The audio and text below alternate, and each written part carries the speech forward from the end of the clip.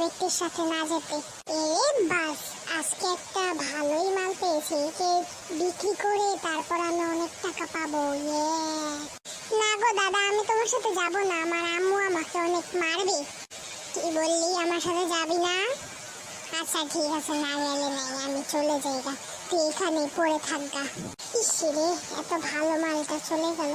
কি সমস্যা নেই, পরে একটা ধরে নিব নে। আচ্ছা ঠিক আছে, বাই বাই, আমি চলে যাই গা। উফ, যাক বাবা, গেল আপদ। এখন আমি সেফ আছি, এখন মনে হয় আমাকে একটু ধরবে না। কিন্তু মা কোথায় আমার?